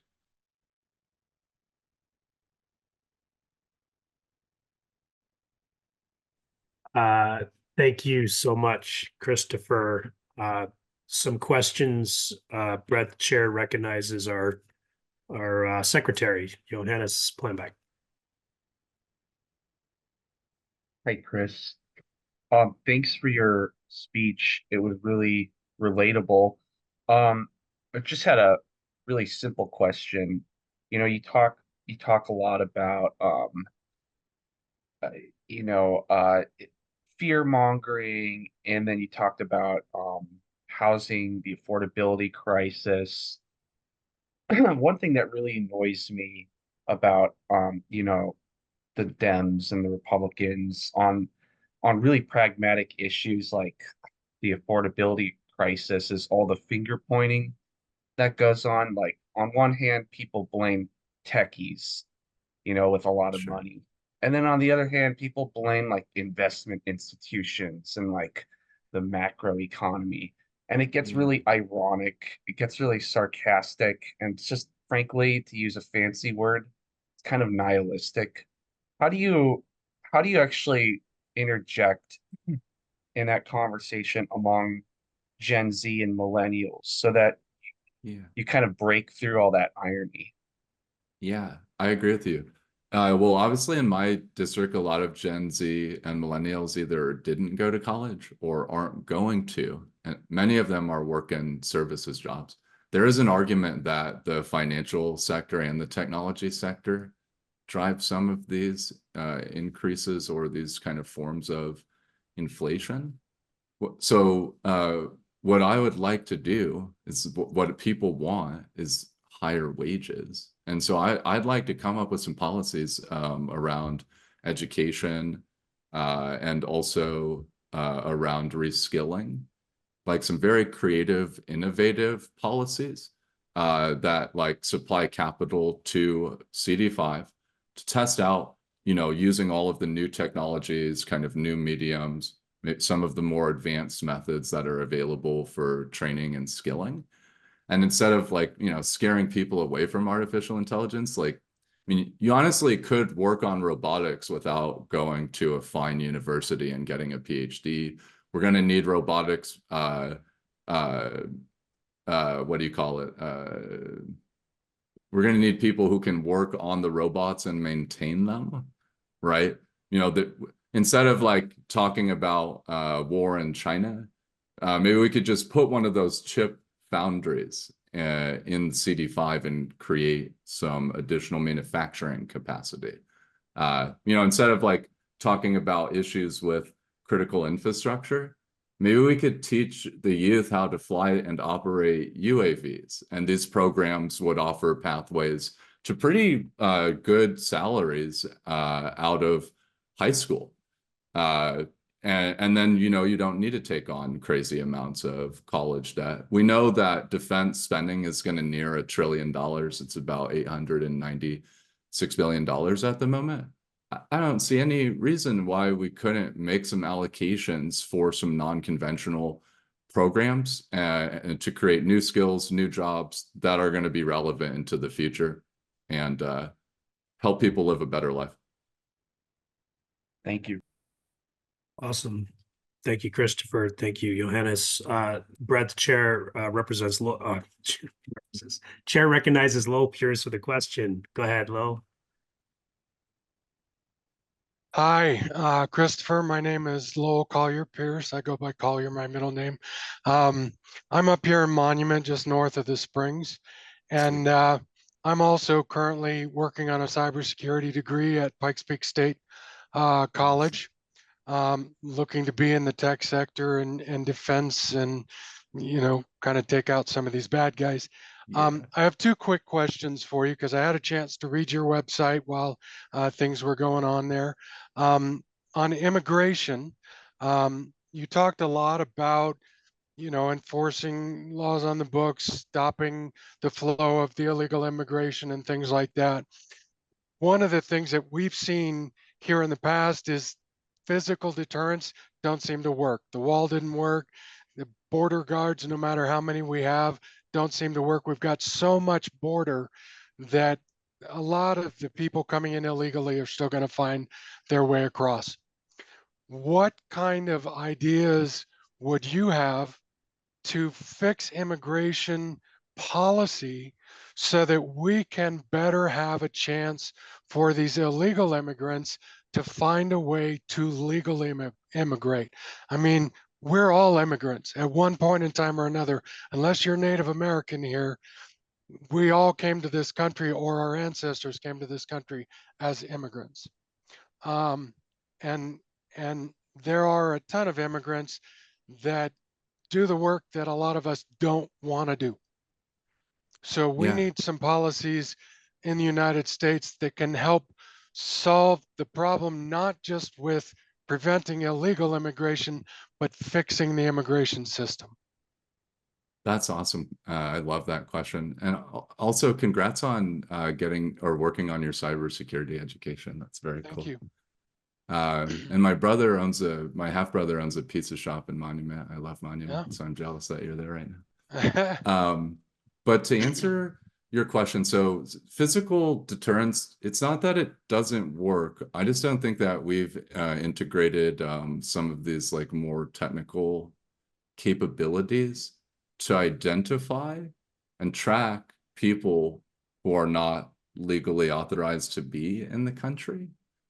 So one proposal that I would try to bring forth is creating a mechanism for identifying and tracking the inflows at the border, just at the origination point, and using that kind of tracking or that kind of data as a filtering mechanism. Because look, I mean, I grew up hunting on the eastern part of the state, and I know a lot of people in the agricultural scene, in the ranching scene, all over the state of Colorado. I understand how the labor is distributed. I know there's a lot of immigrants that come from the South. They do great. Their kids go to college at a very high rate in Colorado, especially Denver County. But, using kind of like technological means to filter and track and kind of like hopefully like pushing a bill forward to get some consensus from voters on, who stays and who goes, because we have to decide. Obviously one of the things that's driving global immigration flows is war, and there's international law that protects people if they are affected by war and they're seeking asylum. But I do think it is a little bit of a game at the southern border now. It's not just people that are dealing with war, but it's people who are being manipulated or exploited or feel they don't have other options. But, with high inflation, it's very hard for us to accept the additional taxes if there's not a good plan in place or some kind of ramp. I'm not going to ask people to pay more taxes. So, I think that's one reason I wanted a legal option, because if we have them as legal immigrants, then they're paying taxes themselves on the jobs that they have. And absolutely, we don't want an increase in the taxes from all the illegal immigrants. But if we can get a better legal system, and a way for people to enter legally, then they can be taxed as well as be productive citizens. Yeah, they just need a better system to organize who's who. And I just don't, and we need more accountability. Like Homeland Security and some of the federal law enforcement doesn't coordinate with state or local. And these organizations' systems, they don't connect and they don't talk to each other. So I feel like if I could lower the barriers for them to coordinate and collect data, we could more easily know, this is who stays, this is who goes, here's a plan to assimilate and integrate into our society. Absolutely. Yeah, if I could just step in just for a moment, in the interest of time, I really appreciate the dialogue here because this is such an important topic. We have a couple other questions, hands raised, if we could get to those. I'll see if I can send Christopher my second question directly through his website. That'd be Thank great. you for the time. I appreciate that. Yeah. And then after our questions, we're going to move to a pause where people can complete their voting. Brett, the chair recognizes one of our executive committee members, Mike Muller. Thanks, Rich. So first off, Nico, Eric, Christopher, thanks for your bravery on running for election. That's something that I don't think, I had to be talked into running for executive committee by one of the other executive committees as, hey, we'll run together. That's Josh. And then he jumped out, and then I got stuck in being part of the executive committee. So thank you for your bravery in doing that. But with the Forward Party, we are a new party, and you're going to be one of our first representatives that if you get the nomination. So really one of the questions that I have for you, Christopher, but honestly, this is for Eric and Nico, just to think about, what are you doing to look at the Forward Party of how you can be a representative, or what is your plan on what you plan to do to be a good representative of the Forward Party and be the introduction of that? That's a great question, Mike. I think in a lot of ways, like my values already aligned with Forward, and Forward didn't exist, and I was stuck with the Republicans. I have open discourse, some of it publicly, and some of it just is how I'm known amongst my friends and colleagues. So like I welcome all types of perspectives. That doesn't mean that I'm open to all types of perspectives, but I welcome the conversation in a constructive way.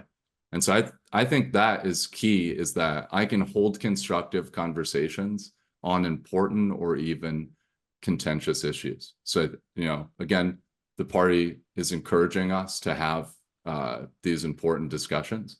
So I think that's one of the key things that not only like I can like bring to the party, but it seems the party is already in line with.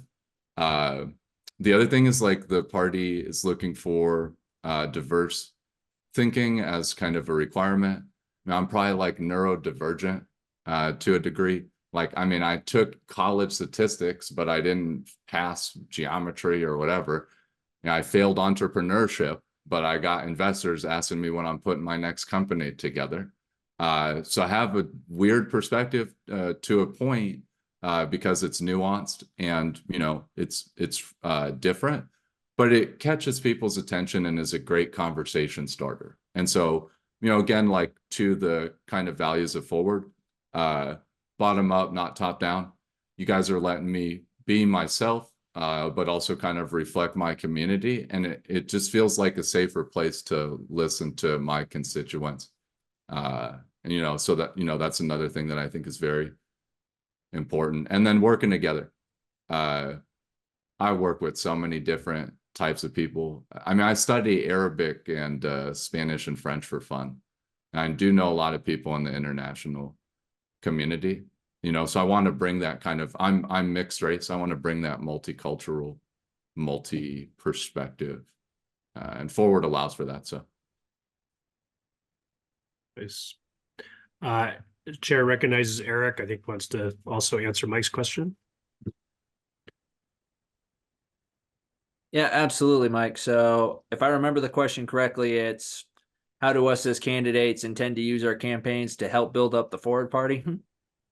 Yep.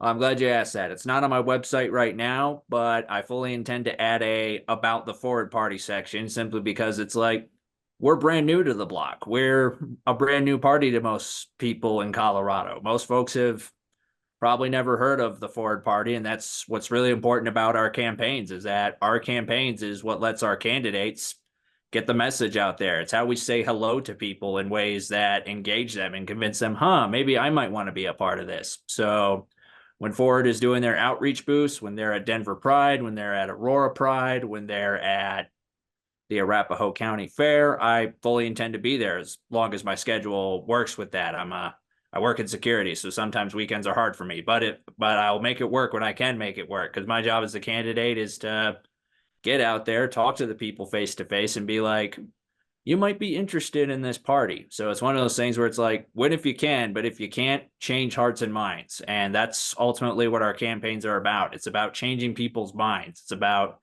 getting the gears turning, because the best thing I can ever hear on the campaign trail besides "you got my vote" is "that makes sense." Because when you tell somebody that and they reply with that, that means the gears are turning and what you're saying is sticking. So getting to use my campaign to get people to start thinking differently about politics, to start being like, wait, we don't have to put up with the way we've always done it for several decades and generations. It's like, no, we don't have to. We can try it a different way. What have you got to lose? Thank you, Eric. Mhm. I think, Rich, I think we wanted to take a few minute break and let everybody finish their voting. Yeah, I'm trying to find out from Josh and Wendy kind of where we're at on voting returns. So if you all would like to take a quick break, you can do that however you wish. Turn your camera off, leave it on, take a bio break.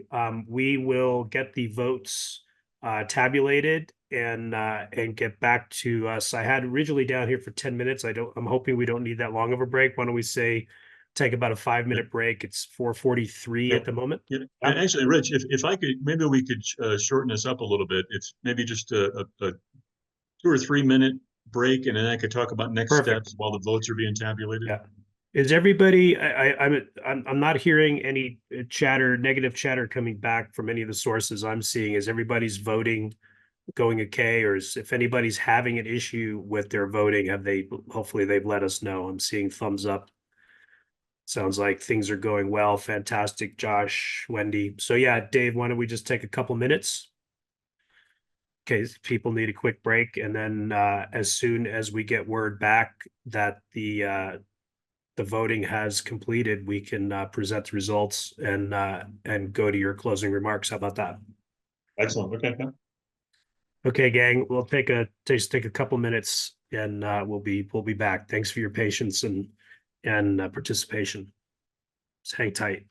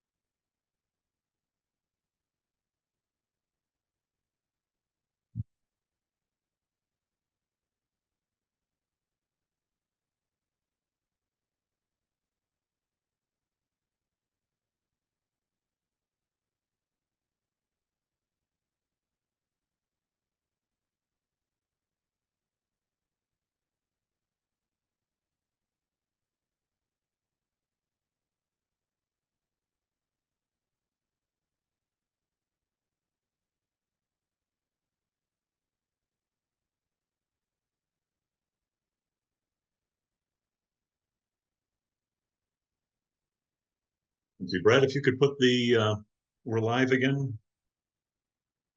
Sign back up. Yeah, what I'd like to do is give it just a moment for people to get back in front of their screens. But just in the interest of time, we're almost done. Just getting notes from Josh and Rich. We're almost done tabulating the votes.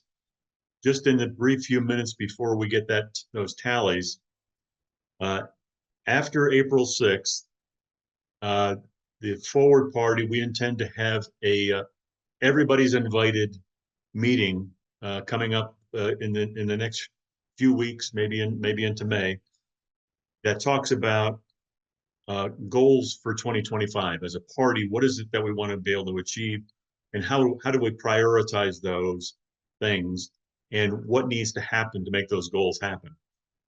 You know, the basic message is we want to build our party, get more candidates going into 2025, and then eventually 2026.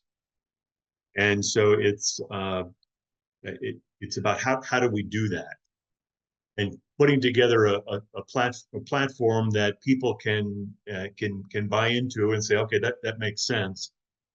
To borrow Eric Mulder's phrase, it makes sense. Now how do we do that, and who's going to lead that? So following that, we're going to have another convention to elect executive team members, and also to endorse candidates going into the general election in 2024.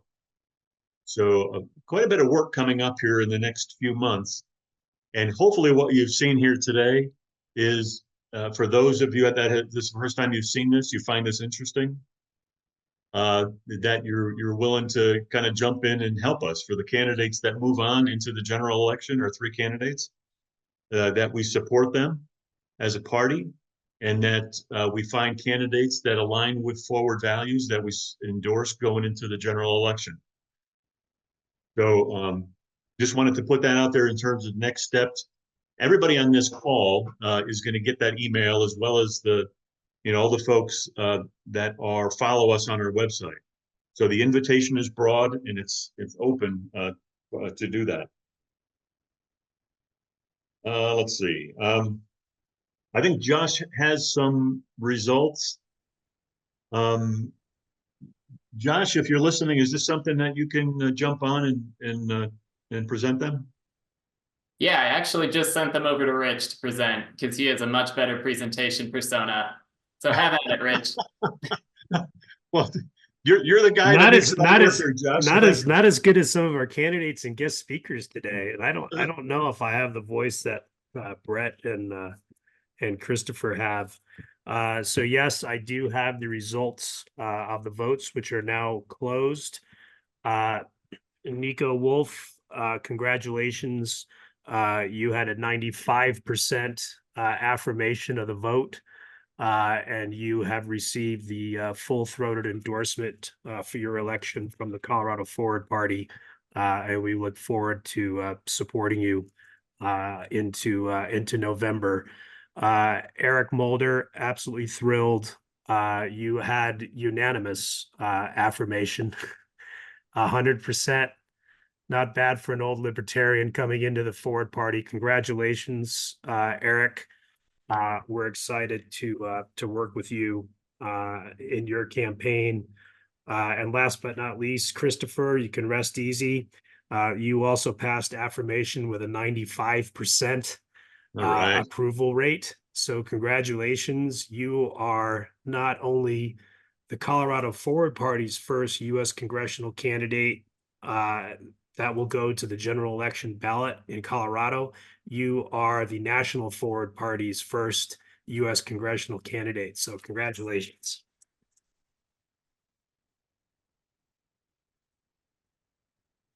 Congratulations to all 3 of you. I am not going to take time on this call to do, but please be on the lookout either from texts and or emails from me over the next several days. I need to get my own head kind of reoriented. If you'll give me the grace just to get maybe 24 hours of just decompression, I need to figure out, we have some paperwork that we need to file with the Secretary of State's office. I'm speaking to Christopher and Eric now. Eric, for both of you, Eric for sure. Christopher will bring national in as well because there may be some things on the federal side. I know Eric, there are some, and Christopher as well. There are some timeframes, not super tight, but like days, not weeks. And Eric, you may be familiar with it, and I'll take whatever coaching and help you're willing to share. But I think within the next 4 days, we will designate both of you as our official nominees with your contact information and provide that to the Secretary of State. And I believe then you will file your own paperwork, basically accepting that nomination with the Secretary of State. And again, Christopher, there may be some things on the federal side that we need to work out with the national group. But congratulations to all three candidates, and congratulations to you all. Thank you so much for joining us and being part of what I think was truly a historic event. I mean, it's pretty exciting going back to where we started today's presentations with Curtis, talking about trying to get someone's attention at the national party to actually start a chapter here in Colorado. I mean, really, in less than 2 years, guys, we have gone from a new national party being born, starting a Colorado chapter, getting the people on board, successfully finding funding to help petition to become, by submitting over 16,000 signatures from registered voters in Colorado to get an affirmation from over 16,000 voters that they wanted to at least see our party exist, and becoming recognized as a formal party, to getting ourselves structured, holding our first assembly, and sending our first candidates to the general election ballot. It is quite an accomplishment, and everybody on this call should be proud of themselves. So I just want to thank everybody again for your participation and support. If there's any final comments from anybody from the executive committee, looks like, yeah, Wendy. Anybody else, please raise your hand, and then we'll officially close it out. So Brett, the chair, recognizes executive committee member Wendy Petrie. Yeah, I just wanted real briefly to say, we try really hard not to bombard you with emails, but you folks who've been on the call, I'm going to be sending something out asking you about this assembly. It's our first rodeo. What did we do right? What could we have done better? So hopefully we can improve over time. So just look out for that and please respond. Absolutely. Any other closing comments from our candidates, speakers, attendees? Yeah, Rich, I have something to say. Go ahead, Steve. You know, as the organizer of this Zoom call, I have a deep respect for the members of the executive committee who I know were tearing their hair out for the last 3 or 4 days, and in particular you for leading the hair tearing charge. Okay, so thank you. Thank you, Steve. You should have seen what Brett looked like, and he's not even on the executive committee. Or Mulder, for that matter. Brett, the chair, recognizes Jake Mellon from our national organization and previously from the Colorado organization. See how quick? See, we find really great people. National just poaches them right away. So it's just like companies. Thank you, Jake. Welcome. Thanks. Still with Colorado, obviously, and as putting on my social media hat for Colorado, I just wanted to ask if we could put cameras on and count down like to 1, and I can get a little photo and put it to our social media, because I think it would be great to really just capture a really historic moment for Colorado, right? And for Forward Party, and I think it would just be great to do that. All right, Jake, we might have to take a photo and then scroll, unless you can get everybody on at the same time. Brett, is it possible to show everybody? Yes, Jake, if you go to the view button in the upper right-hand corner and then select gallery, you should be able to see everyone. We only have 34 people, so you should have 6 across and 6 down. Sweet.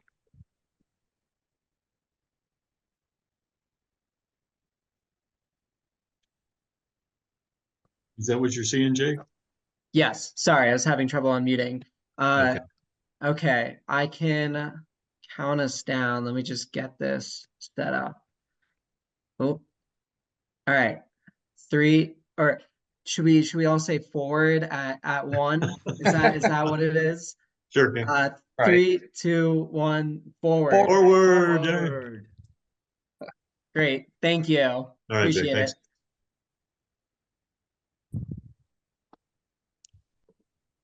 Thank you, Jake. Great idea. We also have this meeting recorded as well, so at some point we can kind of go through and maybe we find some other action shots. Maybe some from some of our earlier speakers as well. Christopher Bay has some closing comments. Brett, Chair recognizes Christopher Sweat. Oh, I just wanted to say this process has been amazing, and the party feels very legitimate, and I'm really excited, and I appreciate everyone's support. So, thank you. Awesome, thank you. Brett, the chair recognizes hopefully our new Delta County Commissioner, Nico Wolf. Thank you, Rich. I just want to say thank you to well, Dave and Wendy especially for letting me join the gang here, and thank you, Rich, too, and everybody out there. I'm not in the banner, but I am constantly talking about folks about Forward, saying, "Have you heard of it?" So I'm spreading the word there, and I'll do what I can to represent you in that way. And you guys really did a great job. And Chris and Eric, I look forward to supporting you in whatever way I can from out here on the Western Slope. So good luck, guys. Thanks, Nico. Thanks, Nico. Brett, I'd like you to recognize Rob Dubois, who I am happy to call for the first time in my life. I was able to call Rob my Navy SEAL friend. I never had the privilege of being able to say that. Rob and I met actually in Hawaii.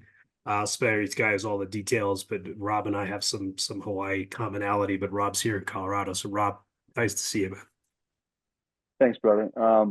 Can you hear me now? I think you can. Yes. So two things. I want to say, Christopher, I was ready to say yes from the meeting I saw a couple nights ago. You know, I really am excited about you going forward for us.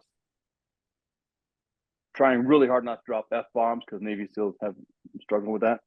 But I'm excited as hell to get involved. And the reason I became a Republican a few years ago from independent was because I saw that party struggling not to become the party of treason. And I serve, and I have served for 40 years. And the purpose of that is because I care about this nation. And briefly, I won't stomp all the time, but I told the folks in the meeting a couple of days ago that I sat down with Ike Skelton before he passed, after he retired from Congress, and he was chairman of the HASC at one point. And we talked about what the parties used to mean. They'd work together at night in secret, and then go out in the public and claim success over the other side. But at least they moved forward on the issues, and now they don't. And he said that to me. He said they don't. They just plot for the 51% to dominate the other side, and that is, as he and I shared over dinner, that is a train racing for the cliff. And I love my nation enough to fight for it, with or without a gun. So this is our chance. This is the only thing we can do now, I think, is just to try and restore some tiny scrap of sanity. And as you've all been talking about, focusing on the issues, I think that needs to be our focus in general as we begin to establish a platform. You know, something along the lines of, we care about the issue. We're not just using the issues, gay rights, abortion, gun rights, whatever it may be, to dominate the other side. We can represent America as compared to what the parties have become metastasized into. And finally, Rich, thank you for flying to Hawaii just to recruit me to the party. Someone had to take it for the team, Rob. And I drew the straw, no problem.